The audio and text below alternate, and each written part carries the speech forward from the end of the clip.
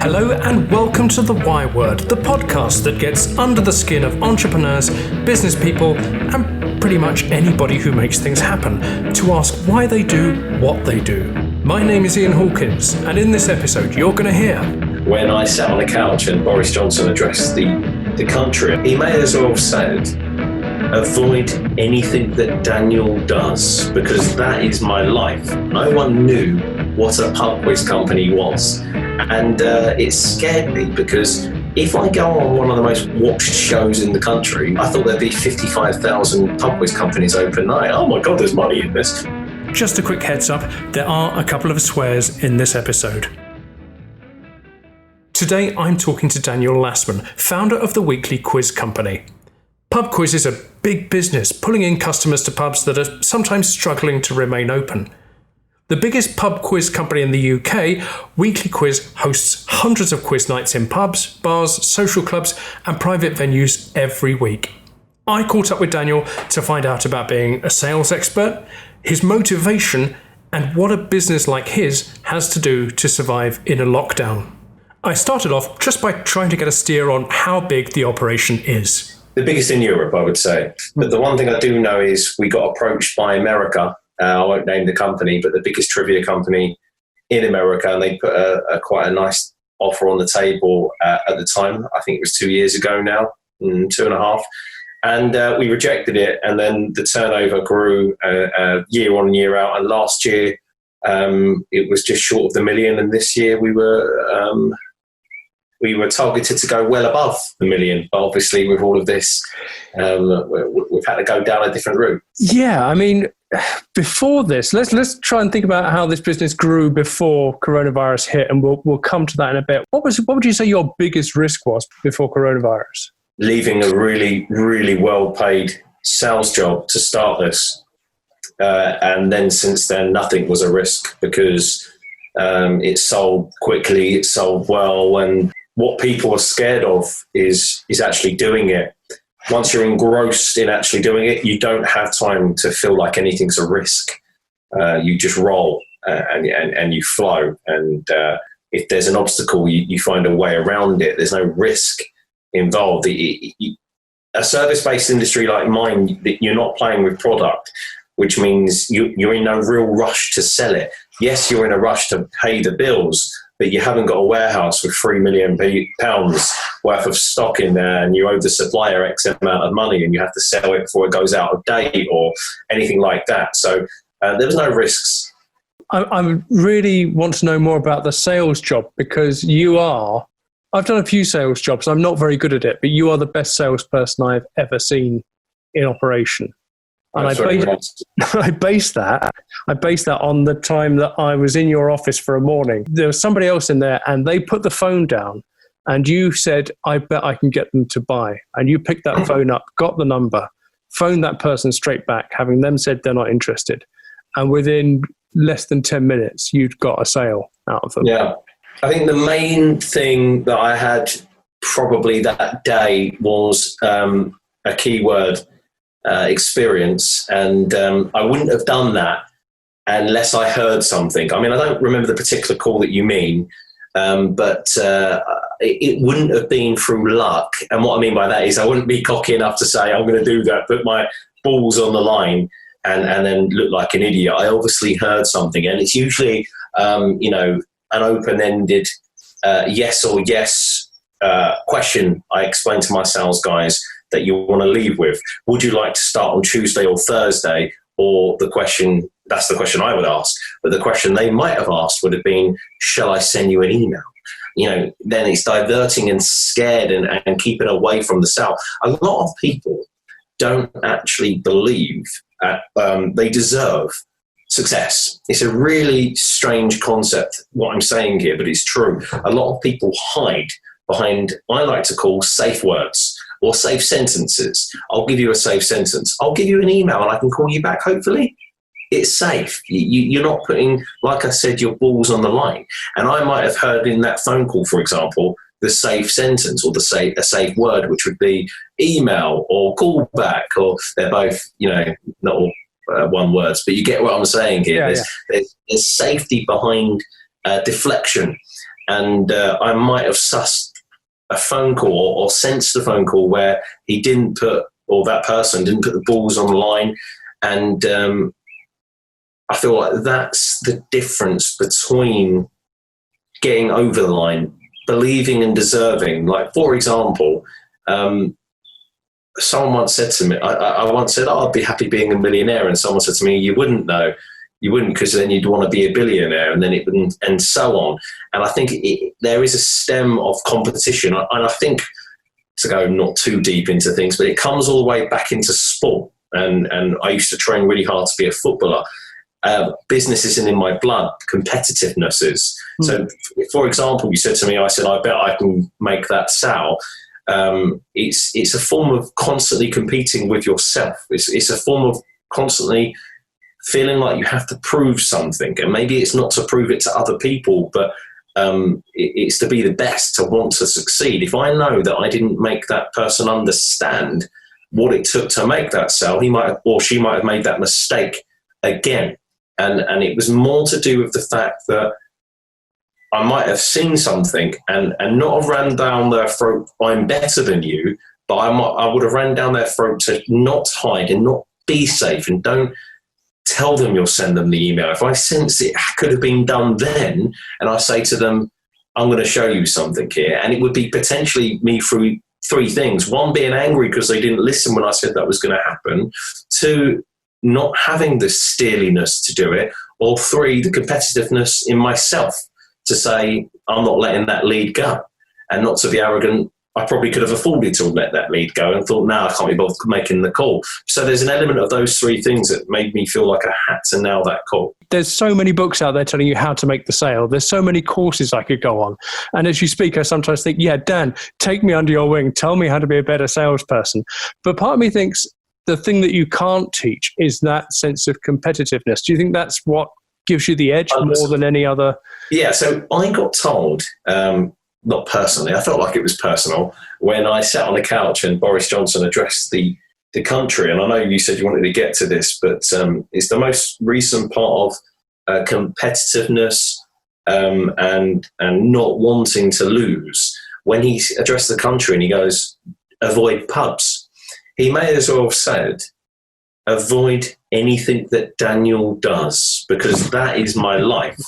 And in fact, I think owning a pub would be better than what I do, because the pub will see the end of the light before I do. The pub will open, and then the pub will serve, and then it will be slowly but surely they get punters.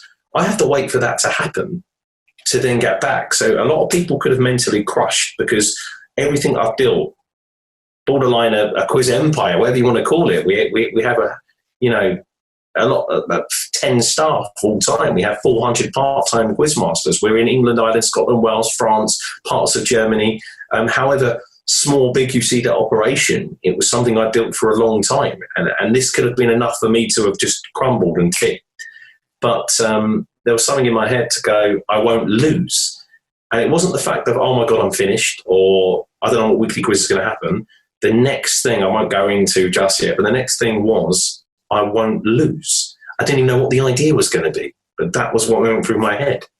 It must have been like such a big thing, because I remember listening to that and just immediately thinking that's Dan, yeah. It was really strange. The day after, I was in talks with a coder, someone who spends hours and hours and hours in his house creating things, and he was the person that made my CRM system, which was an incredible bit of kit that we have in the office. And I knew he was a genius, and to be honest with you, I had to latch onto him as quick as possible, because I knew even if or when this all passes, the world's going to be different for a very long time. And online, I need a platform. I need it quickly.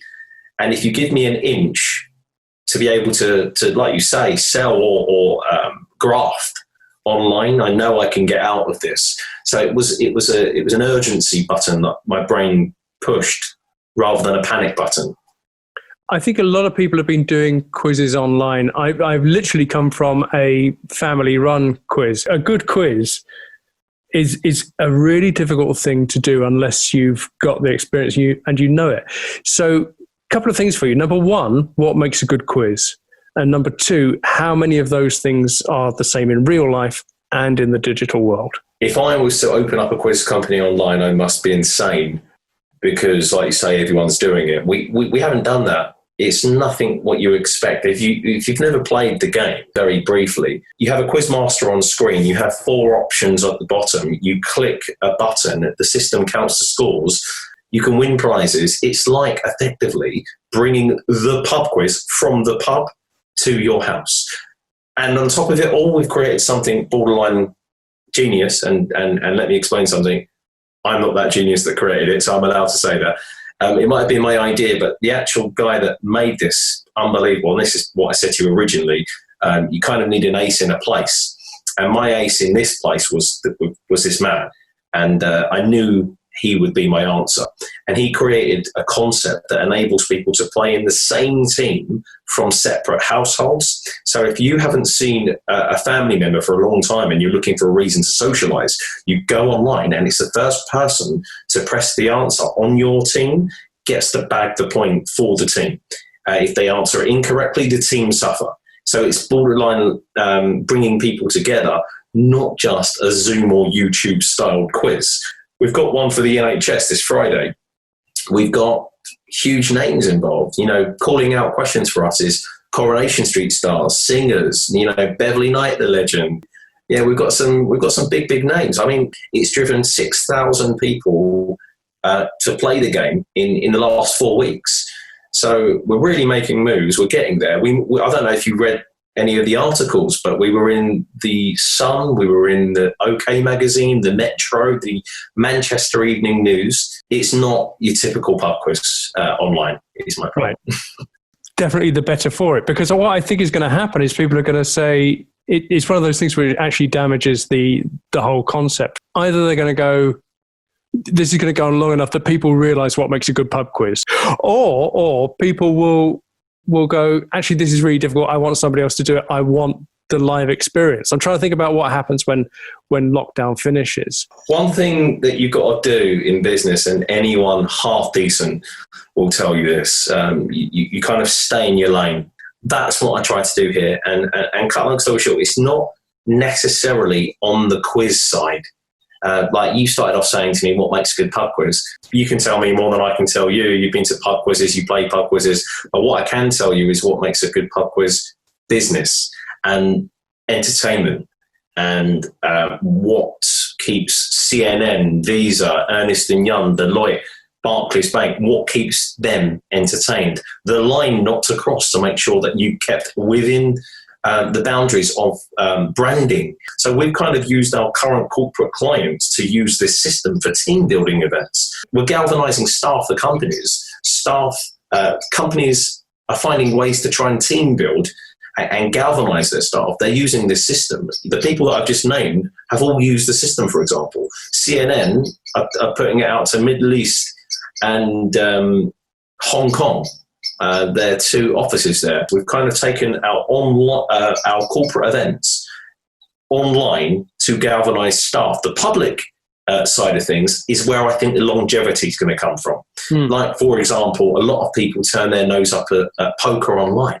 A lot of people are like, it's not the same social. Now it's arguably one of the biggest things on the internet. And do I think quiz can get there? I don't know. The reason why I don't know is because it's never been done before. You started off by saying you wanted to speak to people that are doers. And that is something I'm certainly doing with this. What I like about your answer, Dan, is that you have not done any prediction of the future, which my question was pointing you to. I sort of respect that, because nobody knows, and there's no point in saying nobody knows. So you're just doing what you can do with what you've got now. You've nailed it. And I'll tell you why I think you've nailed it, is because I didn't give you an answer, but the fact that you like that tells you my answer. Let me explain what that means. I had a long talk with someone once, okay, and there's not really that many people that inspire me outside of football, believe it or not. But this one person is actually into MMA. So I asked him the question of, do you think you can get rich by not having the plan, but actually having the drive to be rich? I was quite young at the time, and he said to me, yeah, absolutely. And the way that you do that is with drive, and drive can take you anywhere, but you don't need to be behind the wheel. And I didn't get any of that. I was thinking, what does that even mean, kind of thing? And it's where I am now. I don't know how I'm going to make this incredible. I didn't know, in hindsight, how I would make Weekly Quiz successful, etc. But I know I will, because this system is great. Where it will be is successful. How you judge success is what I can't answer. But I will get to where I need to be is my answer. If Dan Lassman seems like a bit of a familiar name to you, it might be because you've seen The Apprentice, on which he was a contestant and then a runner-up. He was strong-armed into it by his wife, Sophie, and I was interested in asking Dan about what he got out of the experience, whether it had been a good thing, a positive thing, and why he had to be pushed into it in the first place.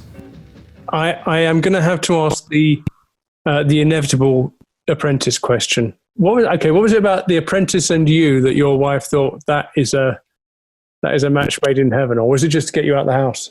100% to get me out of the house. To be honest with you, I didn't want to go on there because I was scared what I do is under the radar. No one knew what a pub quiz company was, and it scared me because if I go on one of the most watched shows in the country, I thought there'd be 55,000 pub quiz companies overnight. Oh my God, there's money in this. I was turning over maybe 200,000-300,000. I was scared that people would come and undercut me because my overhead started to grow, like all businesses in a growing part from beginning to just climbing the ladder. It happens. You get loads of expenses. Sophie actually said to me, just go to the audition. Just go to the audition. Go to the audition. I want you to go there because I reckon you'll win. I reckon you'll win it. She's kind of seen me on the phone. Like I worked a lot from home at the time. She filled out everything, the application form, the form online. She got a letter saying, I'd love to see Daniel. This was apparently out of about 100,000 people, they see about 50,000. So at this point, I was coming out with there's no I in team, but there's 5 in individual brilliance. I haven't heard that saying since I was about 10, and I would never speak like that. And it was like I knew what they wanted, and like the producers were laughing. There was 3 or 4 more auditions, and then we got the call to say I've got it. And I said at this point, I mean, it was so extensive. It was like I started this little journey by walking uphill slowly, and then I'm just sprinting up this hill, so tired at the end of it. I'm like, God, I've got to do it now after all of that. Went for it, and the profile was the best thing that happened because it wasn't what I expected. It wasn't everyone knows it's a pub quiz company. It actually turned into this guy is the guy that does pub quizzes, and then it exploded. So yeah, that's what happened. If you work in an art gallery and you do the Jackson Pollock room and you're the curator, you'll hear people every day leaving going, Jackson Pollock, I could do that with a bucket of paint and a big enough canvas. And what do? Do they go home and make a Jackson Pollock that's worth a couple of million quid? No, they go to the cafe. All the people that say they can do it, for some reason, they don't actually do it. It's a really good point. Do you know that opened my eyes up a little bit there because so many people could have done it. Salespeople are 10 a penny. They really, really are. That phone call when you said to me, you're one of the best salespeople, blah, blah, blah, what that was more than the sales was the experience and opportunity. Like I said already, if you wake up and you've got a good mouth and you don't know how to use it, or you probably can't even be bothered to use it, it's easier to not do things, right? You're going to miss out on a lot of opportunity. And also you need a motivation. I mean, whoever you speak to today or tomorrow, I'm sure are going to say words that I'm saying in a more intellectual way, and it may be more articulate, etc. But it all boils down to the same concept. I think people that want to be successful in their industry, and I think we achieved an element of success in our industry, it was from motivation. And my motivation generally was my family. But in between the time where I didn't have a family or stability, there was a time of no motivation. And that time to be in my perfectly common self, I didn't have a pot. I did not have a pot in that time, and it's because I didn't need to. But I feel like there's quite a lot of people that are struggling with motivation at the moment. Is there a magic bullet? Where do you find it? I don't think there's a problem in struggling. I don't think there's a problem in admitting that you don't want to get out of bed. I think it's all bollocks. If I was to come to you now and say, I'm Mr. Motivator, I never give up, it's all bollocks. We're all just fucking trying to deal with something that's never happened to the world to this extent, especially in our lifetime anyway. So for me to turn around to you and say, you just need to get on, you just need to be motivated, there's no doubt in my mind I've been centimetres to thinking, I'm going to have a fucking breakdown here. I can't believe everything I've created around me is crumbled. And I'm now in a position to just so easily want to give up. It's a bit like if you've gone on a very long run and you know in your mind you're saying, wouldn't it be so nice to stop? But there's that voice that says you can't. You've got kids. You can't. You've got a wife. You can't. You've got to pay your bills. You can't because you can't lose. Then your competitive juices start flowing, and then you wake up the next day and it's brand new, and your mind's clear, and you're back to being where you need to be. So avoiding the fact that you might feel a bit shit is actually not a good thing. Identifying it and seeing how you get around it, it works for me. And everyone's got their own way of getting through shit, and mine is to hit it straight on. But to say that I'm constantly self-motivated and I'm born differently, and Sugar and Branson, they were absolutely, they would never have struggles like this, and they would never crumble, bollocks. So arguably Sugar got luckier than anyone. Right now I feel like I'm starting all over again with something new and with the same motivation. There is times where I want to stop, but I can't. And I think that's the difference between why I think this is going to work to it not working, because I won't stop. Everybody I know who's gone, I'm having a terrible time of it, I say, yeah, it's because you're under stress and it's stressful. Why don't you have some cheese and go to bed? And, getting through today is good enough. If someone is struggling, you need to self-motivate, find a motivation. That's not out of your reach. So if you are struggling to learn a language or whatever it is, don't fucking do that. Do something that gives you a motivation. If you really hit a wall, your first step on motivation ladder, look at it on a 25,000 step ladder. It doesn't have to be a 3-step thing. It can be a very slow progress. Like, for example, when I left my company, I was left with a lot of contacts. Straight away, that's a bit of motivation. If you don't throw something out there or you don't give it a go, you've got 0 chance of doing it. So you may as well give yourself 1 out of 1,000 to succeed, and that could be your motivation. Without that, you're fucked. You may as well lay in bed all day, because what you're doing it for. You're coming up with sensible options, and none of them are pie in the sky. They're all sensible, grounded, based things. And that, I think, is really strong and incredibly useful. And so I feel a bit guilty, but I'm going to finish with the trivial, stupid question, which I'm giving to everybody.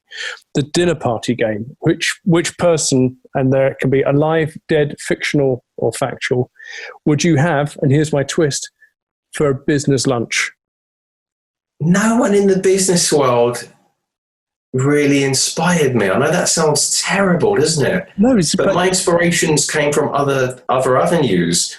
As soon as I said this, I thought the answer is going to be a footballer. But you wouldn't know, because the person that I really looked up to was Roy Keane. You wouldn't want to sit down for a business lunch for him, though. But what I took from him was inspiration, was drive, was motivation. I don't know if it's because I'm so narrow-minded.